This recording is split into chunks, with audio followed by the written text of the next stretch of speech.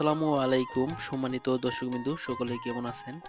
আজকে আপনারা দেখবেন গ্রামীণ হাটের জিনিসপত্র এবং বিভিন্ন টাটকা শাকসবজির বাজার। এখন দেখতে পাচ্ছেন বৃষ্টিময় একটি হাটে আসছে আমরা। এখন দেখছেন হাঁস মুরগির বাজারে। জাঁকজমক এই হাঁস মুরগির বাজার। এই বাজারটির নাম হচ্ছে কলিয়া বাজার। এখানে প্রচুর পরিমাণ হাঁস মুরগি উঠে, দামেও খুবই কম। আর এখানে তেল বিক্রি হচ্ছে। এখনো কিন্তু গ্রামাঞ্চলের হাটে খোলা তেল বিক্রি হয় সেই ৮০-৯০ দশকের মতোই। বিদ্যুৎ চাচা কাতিতে করে তেল নিচ্ছেন। এই দৃশ্যটা আমার কাছে বেশ ভালো লেগেছে। এরকম দৃশ্য আগে খুবই প্রচলন ছিল। এখন দেখছেন বাছামারা হাটের টাটকা সবজি। আকাশে কালো মেঘ জমেছে, কখন যেন বৃষ্টি হয় এরকম একটা অবস্থা হয়ে পড়েছে। আর এখানে অনেক ক্রেতাও রয়েছে।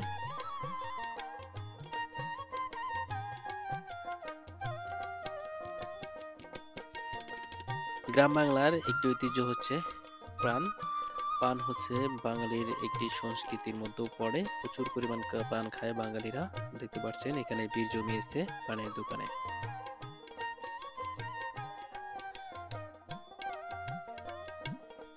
পান কেনায় ব্যস্ত হয়ে পড়েছে মুরব্বীরা। চরাঞ্চলের মালবাহী ঘোড়ার গাড়ি। এটা হচ্ছে সামনে হচ্ছে যমুনা নদী। এই যমুনা নদীর পাশ দিয়েই ঘোড়ার গাড়িটি ছুটে চলেছে বাছামারা হাটের উদ্দেশ্যে। আর আমাদের গ্রামাঞ্চলে যানবাহন হিসেবে একমাত্র মালামাল বহন করার জন্য ঘোড়াগাড়ি ব্যবহার করা হয়। গ্রামাঞ্চলে সহজ সরল মানুষের জীবন। খোলা আকাশের নিচে রাতের খাবার রান্না করছে কাকি। সামনেই বিশাল যমুনা নদী। এই যমুনা নদীটা প্রতি বছরই ভাঙে। এখানেও অনেক বাড়ি ছিল, ভেঙে গেছে ওনারা। আর এখন দেখতে পাচ্ছেন গৃহস্থ বাড়ি। এগুলো হচ্ছে নতুন গৃহস্থ বাড়ি। আর চারপাশেই কাশফুল। আর আমাদের চরাঞ্চলে সবচেয়ে বেশি কাশফুল জন্মে।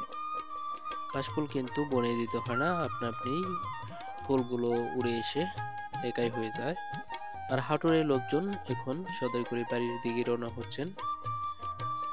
আর এই চরটা প্রতি বছরই ভাঙে, দেখতে পাচ্ছেন পাড়গুলো ভেঙে যাচ্ছে আস্তে আস্তে। আর হাটুরের লোকগুলো সদাই নিয়ে বাড়ির দিকে রওনা হচ্ছে। দেখেন কবুতর বিক্রি করে পাঙ্গাস মাছ কিনে নিয়ে যাচ্ছে চাচা।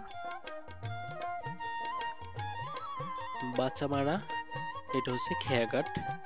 এখানে দূর দূরান্ত থেকে নৌকা আসে। আর এখানে প্রচুর পরিমাণ ঘোড়ার গাড়ি রয়েছে, মালবাহী ঘোড়ার গাড়ি। তো আজকের মতো এখানেই শেষ। সবাই ভালো থাকবেন, সুস্থ থাকবেন, ভালো রাখবেন দেশ এবং দেশের মাটিকে। ধন্যবাদ।